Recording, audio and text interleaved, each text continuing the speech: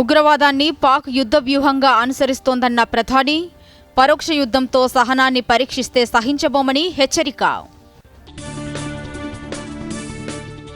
ముందస్తు వర్షాల నేపథ్యంలో ధాన్యం కొనుగోళ్లపై సీఎం సమీక్ష, మిగిలిన ధాన్యం సేకరణపై తక్షణ చర్యలు తీసుకోవాలన్న రేవంత్ రెడ్డి. ఖరీఫ్ సీజన్కు విత్తనాలు, ఎరువులను అందుబాటులో ఉంచాలని ఆదేశం.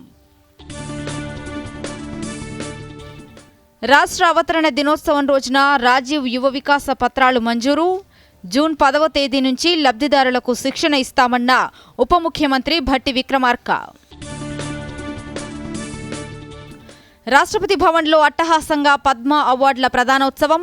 68 మంది ప్రముఖులకు అవార్డులను అందజేసిన రాష్ట్రపతి. పద్మభూషణ్ అందుకున్న నటి శోభన, పద్మశ్రీ అందుకున్న మందకృష్ణ మాదిగ.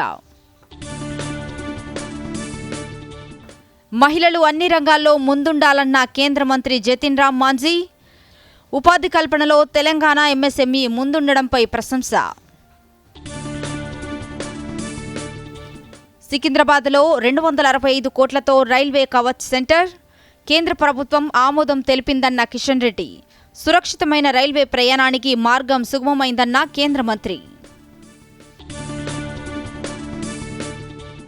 ఏషియన్ అథ్లెటిక్స్లో భారత్కు స్వర్ణం.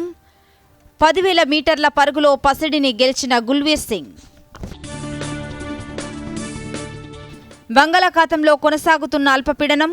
రాష్ట్ర వ్యాప్తంగా 3 రోజుల పాటు ఓ మోస్తరు నుంచి భారీ వర్షాలు. పలు జిల్లాలకు ఆరెంజ్ అలర్ట్ జారీ చేసిన వాతావరణ శాఖ.